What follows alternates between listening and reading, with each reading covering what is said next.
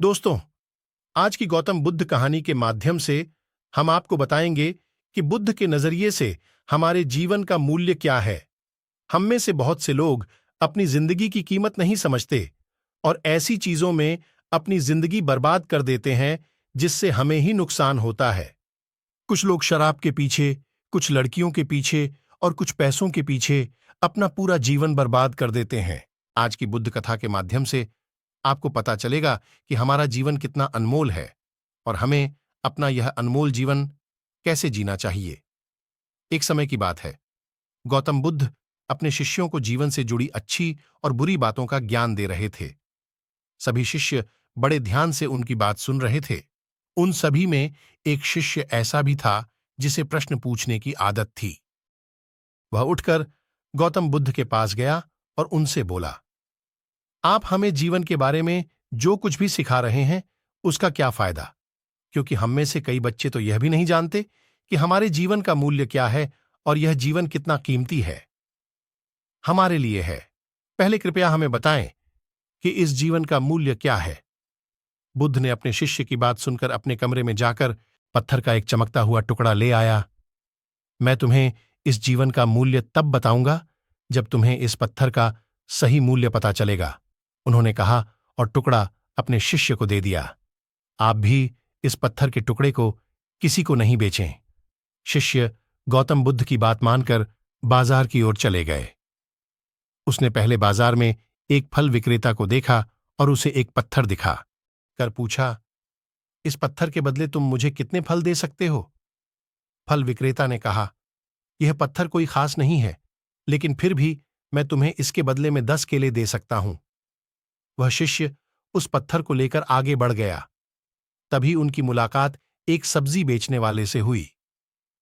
शिष्य ने सब्जी विक्रेता से पत्थर की कीमत पूछी। इस पत्थर की कीमत के बदले मैं तुम्हें अधिक से अधिक सब्जियों से भरा एक थैला दे सकता हूं। सब्जी विक्रेता ने पत्थर को ध्यान से देखा। उस पत्थर को लेकर शिष्य एक सोने के व्यापारी के पास गया। पत्थर के उस टुकड़े की चमक देखते ही सुनार ने उसकी कीमत 100 सोने के सिक्के लगा दी। जब शिष्य ने टुकड़ा बेचने से इनकार कर दिया तो सुनार बदले में 200 सोने के सिक्के देने पर सहमत हो गया, लेकिन शिष्य ने वह पत्थर नहीं बेचा। इसके बाद शिष्य एक हीरे के व्यापारी के पास गया और पत्थर का टुकड़ा उसके सामने रख दिया। जैसे ही हीरे के व्यापारी ने उस पत्थर को देखा, उसने एक साफ कपड़ा बिछाया, उस पर पत्थर रखा, फिर उसकी परिक्रमा की और हाथ जोड़कर पत्थर को कपड़े में लपेटते हुए कहा, तुम जिसे साधारण समझ रहे हो उसकी कीमत पूछ रहे हो? पत्थर, दरअसल यह एक बहुमूल्य माणिक है। ऐसा माणिक हर किसी को नहीं मिलता। अगर मैं अपना सब कुछ बेच भी दूं तो भी मैं उसकी कीमत नहीं चुका सकता। उस व्यापारी की बातें सुनकर शिष्य आश्चर्यचकित रह गया। वह भागता हुआ सीधा बुद्ध के पास आया और बाजार में जो कुछ भी हुआ उसे बताया। उसकी आश्चर्यचकित बातें सुनकर गौतम बुद्ध बोले, तुम्हारे प्रश्न का उत्तर इस माणिक के मूल्य में ही छिपा है। हमारा जीवन भी एक माणिक है। माणिक की तरह यह भी अनमोल है, लेकिन हम इस बात को हमेशा नजरअंदाज कर देते हैं और अपने जीवन की कीमत नहीं समझते हैं। हम दूसरों को देखकर और उनके जैसा जीने की कोशिश करके अपने जीवन का मूल्य कम कर देते हैं।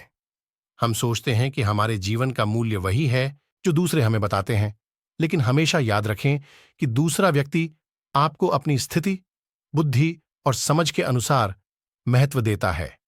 जीवन केवल एक बार मिलता है, इसलिए इसे बर्बाद मत करो। अपने जीवन को उतना ही मूल्यवान समझें जितना आप अपने बैंक में मौजूद पैसों को मानते हैं।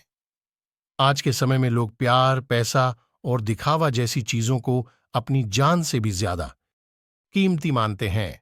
लोग प्यार की वजह से आत्महत्या कर लेते हैं।